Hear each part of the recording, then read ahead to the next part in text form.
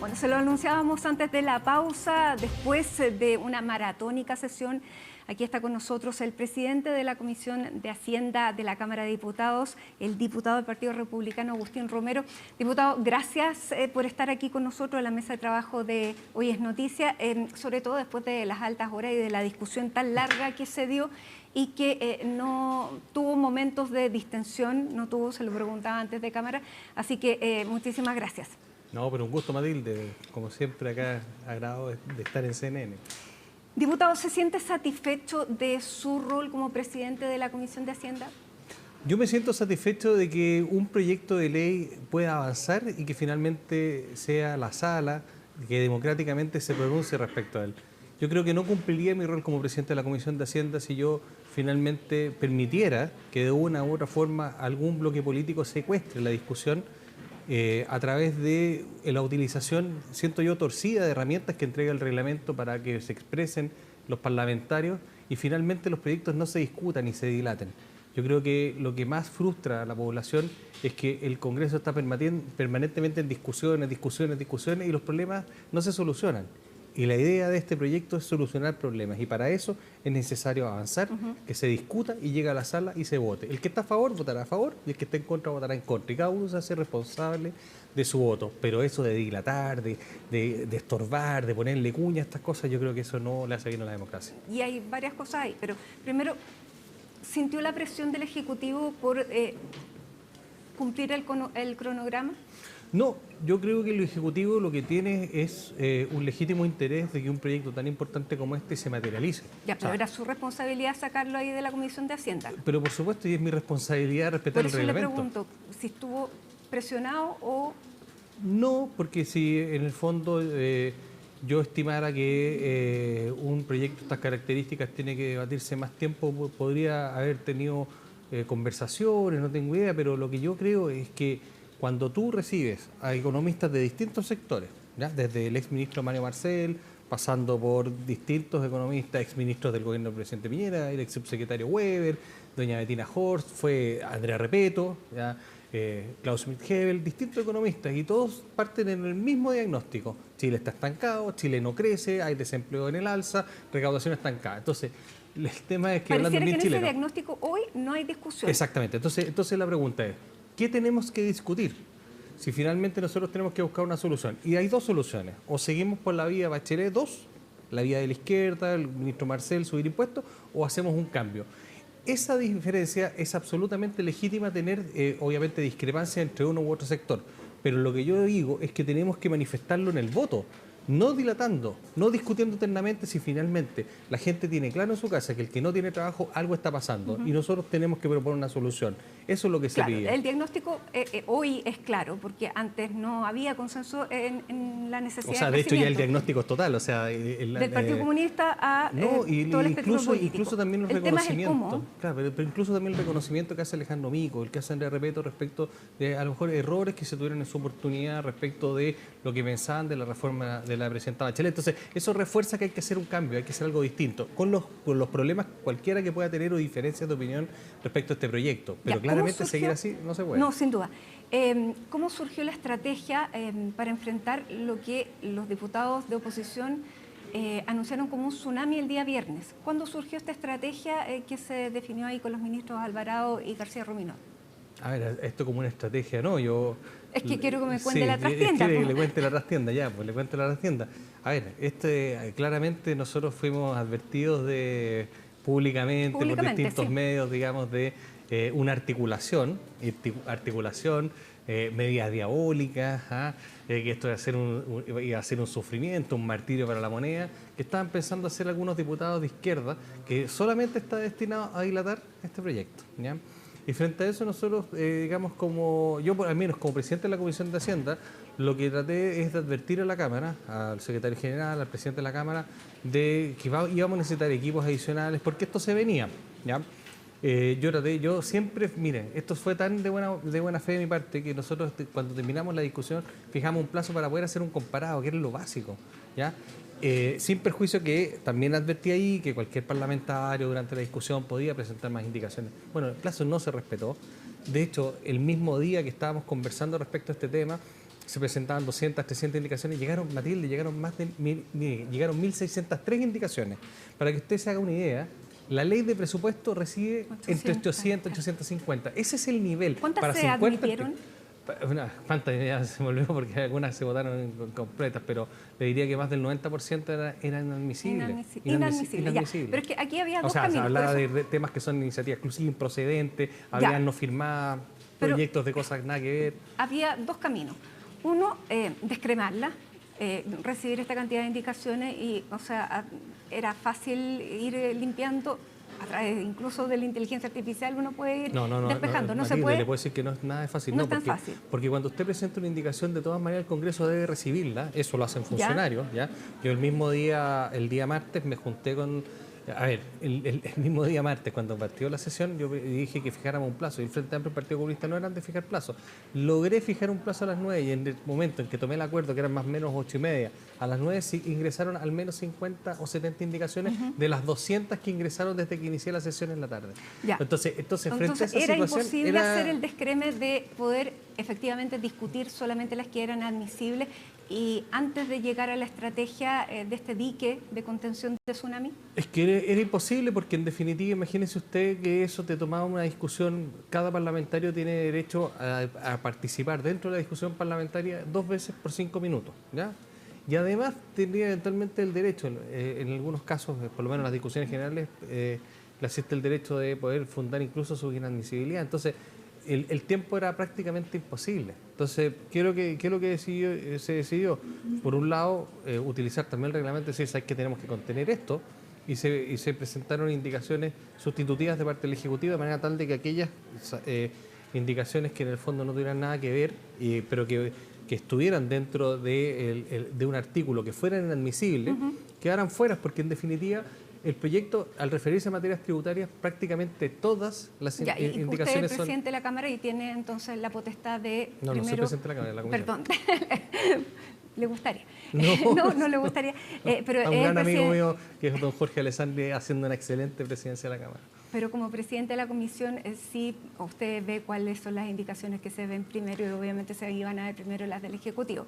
No. La ley establece claramente que se votan primero esas. Lo que dispone el reglamento es que yo puedo, obviamente, de acuerdo al reglamento, declarar las inadmisibilidades a propuesta naturalmente de la Secretaría Técnica, que es la que me ilustra a mí, me dice, mire, estas no se refieren a la idea de matriz, estas son improcedentes, estas por así decirlo, vulneran la iniciativa exclusiva del Presidente de la República, y yo la declaro. ¿Ya? Ahí, desde ese momento, lo que se abre es un debate respecto a la admisibilidad. Alguien puede decir, y esto estaba pasando, pues solamente por dilatar el proceso, es decir, yo levanto la mano, quiero debatirla, y puedo la decisión fundar que se toma cosa. Y su decisión, además de decir esto se va a votar mañana sí o sí, porque fue una advertencia que usted repitió varias veces, esto se va a votar a las 12 de la noche sí o sí, pase lo que pase, no me voy a alterar, dijo usted anoche, no me voy a despeinar y no se despeina. Pero exactamente eso fue lo que se hizo. Ahora uno puede decir, frente a una reforma de estas características, uno, le doy el espacio así está en 3 días, pero no queda nadie sin que me pueda decir que no tuvo la posibilidad de hablar, o como el resultado ya lo conocemos, porque la mayoría de los parlamentarios que tiene el gobierno ya daba el resultado, lo conocíamos por anticipado, nos ahorramos ese tiempo y sacamos el cronograma. A ver, durante la discusión de esta ley se abrió un plazo importante para que vinieran expositores. Sí, eso fue antes, pero yo me estoy refiriendo al debate. Sí, es que el debate en términos generales se da cuando tú tienes toda la discusión del proyecto. O sea, aquí no hay debate antes o después, o no hay etapas del debate, ¿ya? Hay etapas que se distinguen en la votación, pero el debate se da permanentemente. Entonces, si uno sigue, y también lo pueden hacer tal vez con inteligencia artificial, si uno sigue las veces que uno le dio la palabra a los mismos diputados que son los que hablan, los que han señalado algunos temas, se va a dar cuenta que hablaron 1, 2, 3, infinidad de veces. Yo le diría que mucho más incluso que los diputados oficialistas. Entonces, acá nadie se quedó sin hablar. Ninguna visión quedó sin ser representada en la comisión. Entonces, llegó un minuto en que yo les dije, esto se tiene que votar. Y lo que establece el reglamento de la Cámara es que una vez que se cumple el plazo de la urgencia, sin que se haya despachado el proyecto, se deberá, dice el artículo 188, inciso final, se deberá proceder al cierre del debate y votar el proyecto hasta total despacho. Y eso es lo que hice yo. Llegó a las 12 de la noche del día del plazo, que es el 13, que es lo que correspondía para la Comisión de Hacienda, se cierra el debate y comienza la votación. Y bueno, algunos se molestaron, pero esto lo fui advirtiendo varias veces, más de tal que no fue una sorpresa. El diputado Raúl Leiva, del Partido Socialista, jefe de bancada, además no es parte de la comisión, pero estaba ahí como jefe de bancada, dijo, el Ejecutivo tiene que tener un estándar mayor que los diputados que buscan obstaculizar el proceso. Había un reconocimiento que no correspondía, no era serio presentar esta cantidad de indicaciones, pero lo que se esperaba entonces era que el Ejecutivo sí estuviera por sobre eso y generara la posibilidad de hablar. Matilde, yo creo que estamos asistiendo a un problema que es muy grave y lo digo responsablemente. Yo creo que hay un sector de la izquierda que secuestra las instituciones de la democracia para utilizarlas de una manera que no está pensado que sea así. O sea, quiero ser sumamente claro en esto. O sea, que tú utilices una herramienta que es propia de los parlamentarios, que son las indicaciones, porque así nos expresamos nosotros cuando queremos mejorar un proyecto de ley, solamente para dilatar, me parece que eso es tremendamente peligroso. O sea, yo no podía aceptar que se secuestrara la Comisión de Hacienda para frenar el debate. Entonces, lo que dice el diputado Leiva, claro, y en su buena intención, que no puedo poner en duda, pero me parece que de todas maneras las mismas instituciones democráticas tienen que defenderse de aquellos que creen que pueden secuestrar la democracia. Si al final lo más importante, Matilde, es que si tú estás de acuerdo con algo o estás en contra, lo expreses en la sala. Ahí vamos a tener la instancia donde cada uno pone su dedo en la teclera, vota y va después donde sus electores y le expresa por qué tomó determinada decisión. Pero esta cuestión de que dilatemos, freguemos al gobierno, eso no puede ser así. Porque, claro, también se pueden elegir cuáles eran las indicaciones sustitutivas que se iban a presentar para poder abrir el debate frente a otras, que es lo que más o menos ocurrió. Pero también en el mismo oficialismo había un cierto malestar porque hay una idea de que la Cámara no está cumpliendo su rol, que esto de la idea de que pasémoslo rapidito por la Cámara para que llegue al Senado, básicamente los convierte en un buzón. ¿Cómo responde eso? Que no solamente de la oposición, sino que también del oficialismo. Pero yo lo denuncié claramente. Yo efectivamente, al darme cuenta de esta estrategia, dije con mucha, digamos, frustración que en definitiva el espacio para poder llegar a acuerdos ya no es la Cámara de Diputados. Y eso es súper duro lo que estoy diciendo. Porque al final, si tú tienes un sector importante de parlamentarios que está utilizando, y digo, torcidamente una herramienta legítima que son las indicaciones para dilatar, no hay ánimo de conversar. Y aquí lo que corresponde para poder avanzar es que el proyecto, por así decirlo, cruce, salga de la Cámara y vaya a un espacio donde se pueda dialogar, que en este minuto, lamentablemente tengo que decirlo, pero es el Senado, dejó de ser la Cámara. Y eso es el tema que es complicado. Porque a mí me hubiera encantado que hubiéramos debatido bien, en el fondo, sobre temas de inteligencia artificial, los temas de acuicultura, incluso el impuesto de primera categoría, la franquicia del CENSE, temas que son importantes para la gente.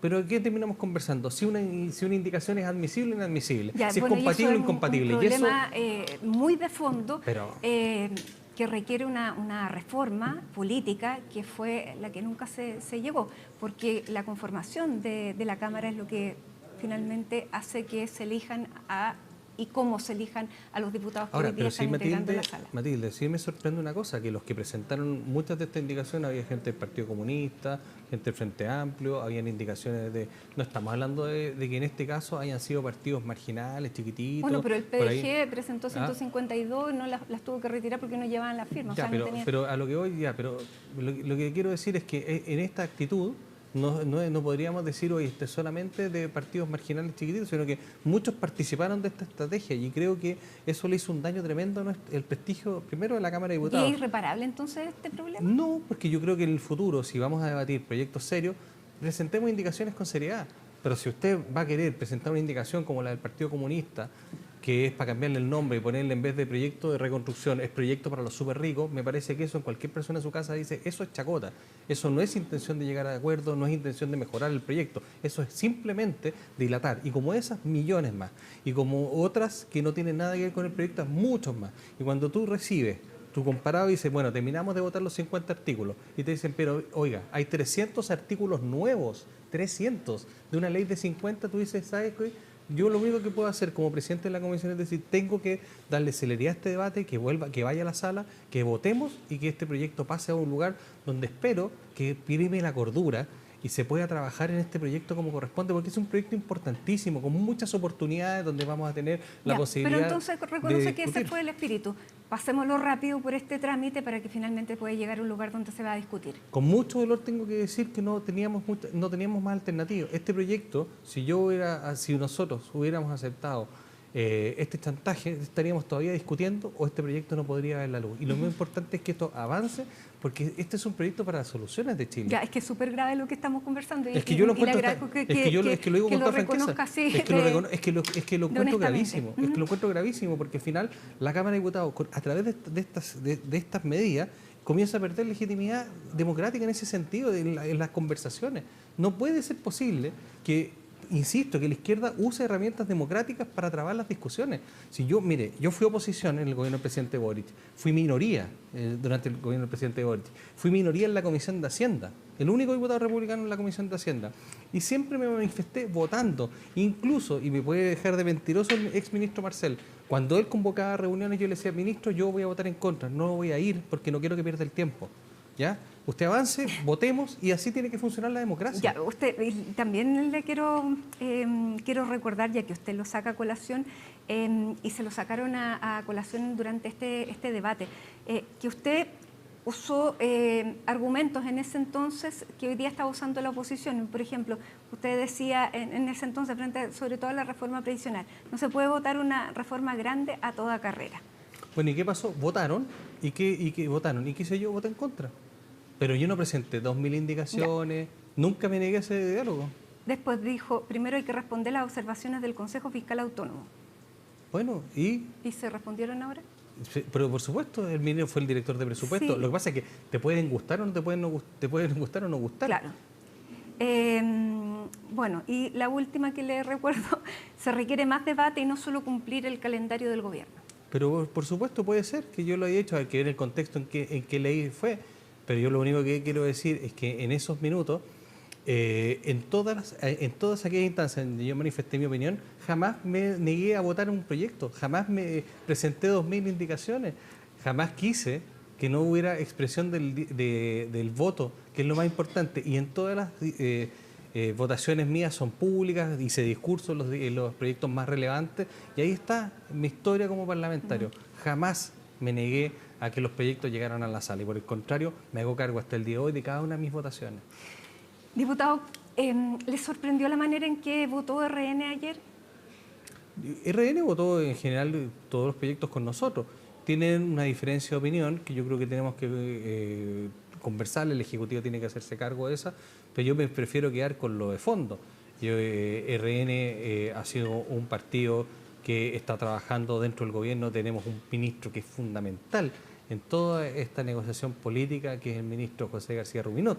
Entonces, yo no voy a partir de esta situación, yo creo que no podría plantear ningún tipo de discrepancia o de polémica con ellos. Y muy por el contrario, creo que tenemos que trabajar juntos para que podamos sacar adelante un proyecto que le va a cambiar la vida a los chilenos. Ya, pero no lo digo por usted, sino que dentro del mismo oficialismo se decía que son semioficialismo. Fueron calificados como semioficialistas, sobre todo los diputados Chalper y Durán, que votaron en contra de la eliminación de la franquicia tributaria del CENSE, por ejemplo. Sí, pero yo estoy convencido que el diputado Chalper y Durán entienden que la franquicia tributaria del CENSE tiene que aprovecharse para que les sirva a los trabajadores, puedan mejorar su empleabilidad, sus remuneraciones, y por lo tanto yo creo que hay una oportunidad después de este tipo de cosas para poder conversar con el gobierno de manera tal que se logren puntos de acuerdo. Yo creo que es importante avanzar en corregir las distorsiones que tiene la franquicia CENSE, no la capacitación de los trabajadores, porque la capacitación de los trabajadores es fundamental, pero esa capacitación no puede traducirse finalmente en que estudian flores de Bach, risoterapia, porque eso no le sirve al trabajador. El trabajador necesita mejorar sus competencias laborales para ser cada día más competitivo. Puede que en algún trabajo sirvan las flores de Bach. Bueno, pero yo lo que quiero es que si una empresa se dedica a un determinado rubro, sí. Yo lo que quiero decir es que risoterapia no sirve, o sea, digamos las cosas como son. Y también hay muchos abusos. Mire, los que más me han escrito respecto a este tema no son trabajadores, Matilde, son empresas que se dedican a la capacitación. Entonces yo lo que digo, muy legítimo, me parece perfecto, pero obviamente que nosotros tenemos que preocuparnos de que 300 millones de dólares anuales que se invierten de parte del Estado vayan realmente a un fin que permita mejorar la empleabilidad, la competencia y la productividad que este país está estancado. Desde el punto de vista político, la votación de RN, ¿no la ve como una deslealtad en el oficialismo? No, a mí no me gusta usar esas palabras, Matilde. ¿Y cuál usaría? No, yo creo que hay que abrir espacios de debate, conversación. Tenemos todavía tiempo para poder conversarlo. Y yo también insisto y vuelvo a decirlo, en el Senado también se va a poder conversar de esto. Siempre es difícil entrar en algunas reformas relacionadas con un tema sensible, y el caso de la franquicia Sense es muy antigua. Esta se fue implementada durante el gobierno militar y durante los primeros años tuvo una legitimidad muy grande porque sirvió para muchas personas haber adquirido competencias laborales, pero hoy día se usa incluso hasta para financiar la fiesta de fin de año de las empresas. Entonces yo creo que tenemos que tomarnos esto con seriedad, y no porque se diga capacitación, los temas no se pueden hablar. Yo creo que tenemos que revisar todo, porque al final hay plata de chilenos que no está llegando realmente donde se quiere. Y eso es lo que tenemos que cuidar. Ya, y en esto de abrir la discusión, porque esto, bueno, está todavía en la Comisión de Medio Ambiente, tiene que pasar a la Comisión de Trabajo para volver a la sala donde se va a votar finalmente estos artículos. ¿Usted confirma que el gobierno está también conversando con la democracia cristiana para tener los votos de la democracia cristiana en la sala? Yo creo que el gobierno está abierto a conversar con todas las fuerzas políticas democráticas que quieran hablar. Ahora, yo tengo la impresión de que acá nadie puede quedar fuera. Ya, pero usted, en un punto, ¿usted confirma que ya hay un acuerdo sobre invariabilidad tributaria con la democracia cristiana para bajarla de los 25 años a los 20? No, eso yo lo desconozco, no lo desconozco porque esa negociación política no me corresponde a mí como presidente de la comisión, eso lo estará viendo el gobierno por su lado las Express, pero yo no. Yo estoy más preocupado, mi trabajo... De lo que llegó a no hasta las 5 de la mañana. Claro. Pero como vuelve, o sea, como va a tener que volver... Si usted me pregunta, a mí me encantaría que fuera, me encantaría que eso sucediera, me encantaría que no solamente la democracia cristiana se sumara... O que se bajara del 20 al 25, o que no, que se sumara a este acuerdo. Si todo es conversable. Acá no hay que enamorarse de las herramientas, lo que hay que enamorarse es de los objetivos. Y a mí me parece que lo que está haciendo hoy día el gobierno es algo que yo estoy convencido que le va a servir a Chile.